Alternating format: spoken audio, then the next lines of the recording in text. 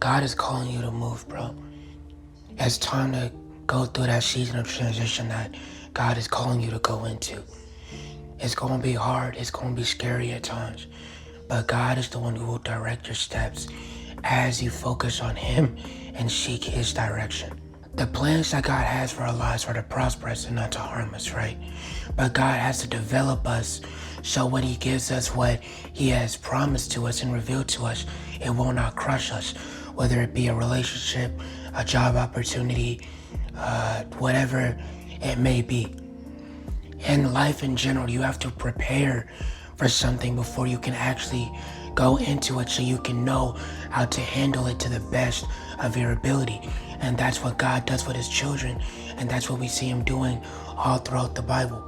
God does not give you something prematurely that you are not ready for, because ultimately it's not just about you, but it's about you stewarding it correctly so God can use you with that gift to now help out other people and spread the gospel of Christ to other people, because that's what our purpose is, to spread the gospel of Christ. As it says in Matthew 28:19, go out and make disciples of all nations, baptizing them in the name of the Father, Son, and Holy Spirit. If you're watching this video, you probably know what God is getting ready to do in your life. And if you don't, it's probably the video you needed to hear to start fasting, seek the Lord. Devoid yourself of distractions that stop you from hearing His voice. Not audibly, but stop you from being drawn in by His Spirit and hearing His word, because that's how God speaks, through His word. But if you don't know it, you won't really be able to discern what He's trying to tell you or what He's trying to confirm to you. The Bible talks about how a man will leave his father and mother and will be joined together with his wife, and they shall become one flesh, right? That is the ultimate example of transition. Leaving something you knew to now leave and go to build something else that you are not quite as familiar with. And this is what God does and shows us an example of in the beginning of the Bible with Abraham. He tells him to leave his home, a familiar place, and go to a land that he has no knowledge of. But God makes a promise of, I will make you a great nation over there, which we know eventually comes to be Israel. His chosen nation, His chosen people. But it all started through the obedience of one man going to a place he was not familiar with, leaving a place where he was comfortable in because his family was there. God specifically said, leave your home where your family is, where your father is, because I'm going to plant you here, and here I will do something great through you. And that's what God still does today. He hasn't changed since biblical times. We're still in biblical times because we're in the last days, as the Bible prophesied. Wickedness is growing. People are going farther away from the truth of God. People are mocking and denying Christ more every single day. So everything God is doing, this ain't nothing new. And our purpose is to still live as set apart people for God, and to spread the gospel of Christ and live in the likeness in God in which we are created to be. So everything He's calling you to do ain't new. He's going to call you to places that you're not familiar with. Why? Because you need to learn dependence on Him. Dependence is a character trait of a Christian, of a child of God, as a follower of Christ, that we need to have and grow in. Because whether you have a job, whether you have a marriage, whether you're in ministry, everything we do requires a dependence on God. Everything we do. Why? Because in this life, we were not meant to live apart from Him. God didn't create us, didn't create the first human, Adam, and then Eve, and then say, all right, later, y'all go figure whatever this is. No, He said, I will be with you. I'm going to live this life with you. I want to partner with you, to build with you.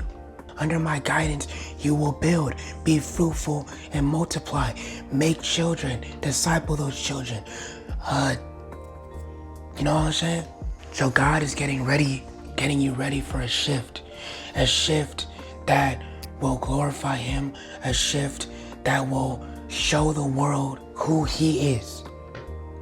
He may bring you to confusing situations, but he's not going to leave you there. Jeremiah 29:11, I know the plans that I have for you, declares the Lord. Real quick, God had a calling on your life before you even knew what life was. And it's hard to hear, but it's not about you. Your life is not your own. And God did not intend this life to be a life of suffering, but of love, joy, peace, and an abundance. But our suffering is simply the byproduct of the fallen world that we live in. But don't let that distract you from the joy that God is trying to build with you, because that life, that purpose will be joyful. So don't focus on what's hard now, but focus on what will be later. God is just preparing you in this moment. So Jeremiah 29:11, I know the plans that I have for you, declares the Lord. Plans that are set in stone, plans that will happen, plans that will come to pass, plans that will prosper you and not harm you, but plans that will give you hope and a future. This is God's promises to us. Plans that will prosper us, plans that have an expected end. And it even says that in a translation, plans that will give you an expected end. And God will provide for you. God will develop you. Philippians 2:13, for God is working in you, giving you the desire and power to do what pleases him. Whatever is in God's plans for your life, you will find yourself having the natural desire to pursue that thing, to pursue that person, to pursue that opportunity. So don't worry about trying to find it, because God will bring it to you. The only thing you need to do is trust him to pursue it. Just know that God is for you. God is with you. He wants the best for you. But also at the end of the day, we have a collective mission as the body and bride of Christ to win and save souls and to keep ourselves clean, to keep living in the image that we were created to live in and embody and be the light that Christ called us to be. So, with that being said, I hope you have the great rest of your day, night, evening, whenever you may be watching this. I hope this video helped you and edified you in some way, shape, or form. If you feel led to sow into this ministry, the link and information will be down below. But regardless of that, I pray that this video was helpful and valuable to you. And if you feel led, go also to share this video, because you never know who might need to hear it. For God is working through all of us again as a collective and as a family. So, until next time, God bless.